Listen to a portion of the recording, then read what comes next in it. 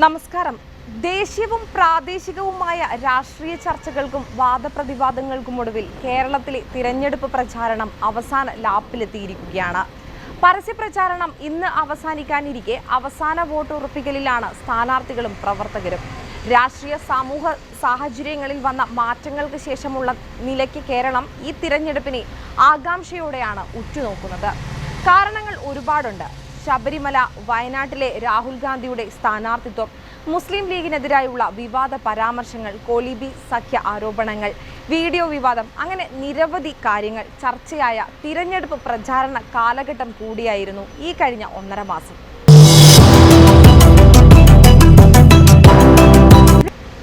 സ്ഥാനാർത്ഥികളെ ആദ്യം പ്രഖ്യാപിച്ച് മണ്ഡലങ്ങളിൽ പ്രചാരണത്തിൽ മുൻതൂക്കം നേടിയത് LDF ആയിരുന്നു. കോൺഗ്രസ് സ്ഥാനാർത്ഥികളുടെ പ്രഖ്യാപനം വൈകിയതിനൊപ്പം രാഹുൽ ഗാന്ധിയുടെ സ്ഥാനാർത്ഥിത്വമാണ് ഏറെക്കുറെ ആഴ്ചകളോളം വാർത്തകളിൽ നിറഞ്ഞതും കേരളം ചർച്ച ചെയ്തതും.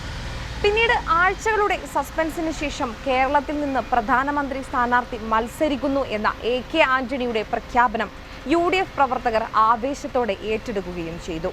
ഇതോടെ വയനാട് ദേശീയ ശ്രദ്ധയാകർഷിക്കുന്ന മണ്ഡലങ്ങളിലൊന്നായി മാറുകയും ചെയ്തു.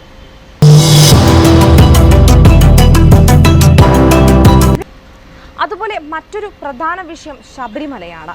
തിരഞ്ഞെടുപ്പ് പ്രഖ്യാപനത്തിന് മുമ്പും ശേഷവുമെല്ലാം കേരളത്തിൽ ചർച്ചയായ മറ്റൊരു വിഷയമാണ് ശബരിമല. സെപ്റ്റംബർ 28-ന് സുപ്രീം കോടതി വിധി വന്നതിന് ശേഷം കേരളത്തിലെ സാമൂഹിക സാഹചര്യങ്ങളിൽ ഉണ്ടായ മാറ്റം പറയേണ്ടത് തന്നെയാണ്.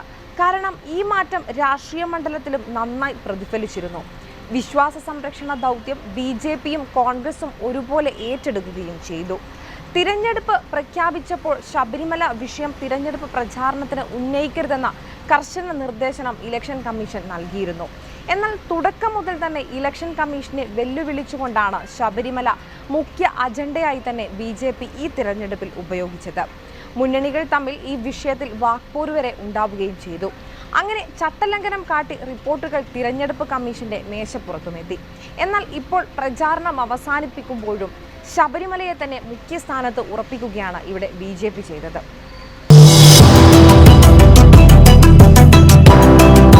ദേശീയ നേതാക്കളുടെ കേരളത്തിലേക്കുള്ള ഒഴുക്കാണ് മറ്റൊരു ശ്രദ്ധേയമായ കാര്യം.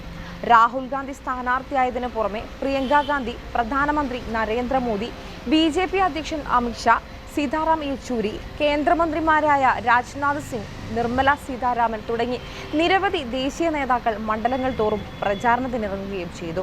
അതുപോലെ ഇത്തവണ വന്ന സർവേകളിൽ പലതിലും BJP അക്കൗണ്ട് തുറക്കുമെന്ന റിപ്പോർട്ട് പ്രതീക്ഷയോടെയാണ് BJPക്കാർ ഏറ്റെടുത്തിരിക്കുന്നത്. ഇനി വിവാദങ്ങളെക്കുറിച്ച് പറയുകയാണെങ്കിൽ ഇത്തവണയും വിവാദങ്ങളും ഒട്ടും കുറവായിരുന്നില്ല. കോഴിക്കോട് UDF സ്ഥാനാർത്ഥി MK രാഘവൻ സ്റ്റിംഗ് ഓപ്പറേഷനിൽ കുടുങ്ങിയതുമായി ബന്ധപ്പെട്ട വിവാദങ്ങൾ ഇപ്പോഴും അവസാനിച്ചിട്ടില്ല. രാഘവനെതിരെ കേസെടുക്കുകയും ചെയ്തു. തിരഞ്ഞെടുപ്പ് പ്രവർത്തനത്തിനായി കോടികൾ ആവശ്യപ്പെടുന്നു എന്ന് ആരോപിക്കപ്പെടുന്ന വീഡിയോ പുറത്തുവിട്ടത് ഒരു ദേശീയ മാധ്യമമാണ്. അടുത്ത വിവാദം അത് ആലത്തൂർ UDF സ്ഥാനാർത്ഥി രമ്യ ഹരിദാസിനെതിരെ LDF കൺവീനർ വിജയരാഘവൻ നടത്തിയ പരാമർശമാണ്. അത് സോഷ്യൽ മീഡിയയിലടക്കം ഏറെ വിമർശിക്കപ്പെട്ടതുമാണ്. വിജയരാഘവനെതിരെ കേസെടുക്കുകയുമില്ല. എന്നാൽ അധിക്ഷേപിച്ച് സംസാരിച്ച വിജയരാഘവനെതിരെ രമ്യയും UDF നേതാക്കളും ഇപ്പോഴും രംഗത്ത് തന്നെയുണ്ട്. മുസ്ലിം ലീഗ് വൈറസാണെന്ന യോഗി ആദിത്യനാഥിന്റെ പരാമർശവും ലീഗിനെ അധിക്ഷേപിച്ചുകൊണ്ടുള്ള BJP നേതാക്കളുടെ തുടർ പരാമർശങ്ങളും ഒട്ടേറെ ചർച്ചയായിരുന്നു. മുസ്ലിം ജനതയെ അപമാനിക്കുന്ന തരത്തിലുള്ള പരാമർശങ്ങൾ ഒരുപാട് BJP നേതാക്കളുടെ ഭാഗത്തു നിന്ന് ഉണ്ടാവുകയും ചെയ്തു. രാഹുലിന്റെ സ്ഥാനാർത്ഥിത്വം സംബന്ധിച്ച് LDF BJP നേതാക്കൾ ഉന്നയിച്ച വിമർശനങ്ങളും ഏറെ ചർച്ചയായിരുന്നു. മറ്റൊന്ന് വടകരയിലെ കോലീബി സഖ്യ ആരോപണവും കൊല്ലത്തെ BJP വോട്ട് ചോർച്ചയുമെല്ലാം ഇപ്പോഴും സജീവ ചർച്ചാ വിഷയങ്ങൾ തന്നെയാണ്. എന്തായാലും പ്രചരണം അവസാനിക്കുമ്പോൾ വലിയ വിജയങ്ങൾ നേടാനാവുമെന്ന പ്രതീക്ഷയിലാണ് 3 മുന്നണികളും. 11 സീറ്റിൽ വിജയം ഉറപ്പിച്ചെന്നും കൊല്ലം, പൊന്നാനി, ഇടുക്കി, പത്തനംതിട്ട മണ്ഡലങ്ങളിൽ കടുത്ത മത്സരം നടക്കുന്നു എന്നുമാണ് CPMന്റെ വിലയിരുത്തൽ. രാഹുൽ പ്രഭാവവും ശബരിമല പ്രചാരണവും തടയാൻ കഴിഞ്ഞു. 1/4 ലക്ഷം കുടുംബയോഗങ്ങളിലൂടെ 40 ലക്ഷം വോട്ടർമാരോട് നേരിട്ട് സംസാരിക്കാൻ കഴിഞ്ഞുവെന്നും CPM വിലയിരുത്തുന്നുണ്ട്.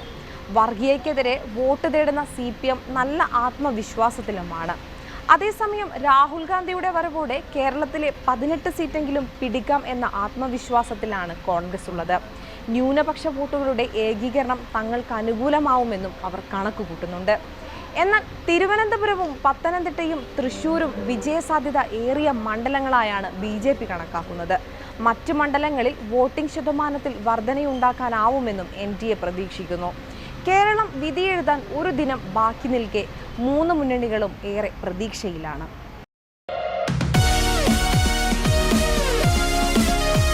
വാർത്തകൾ ഉടനടി അറിയാൻ top news Kerala YouTube channel subscribe ചെയ്ത് ബെല്ലൈക്കൺ അമർത്തി ലൈക്ക് ചെയ്ത് ഷെയർ ചെയ്യുക.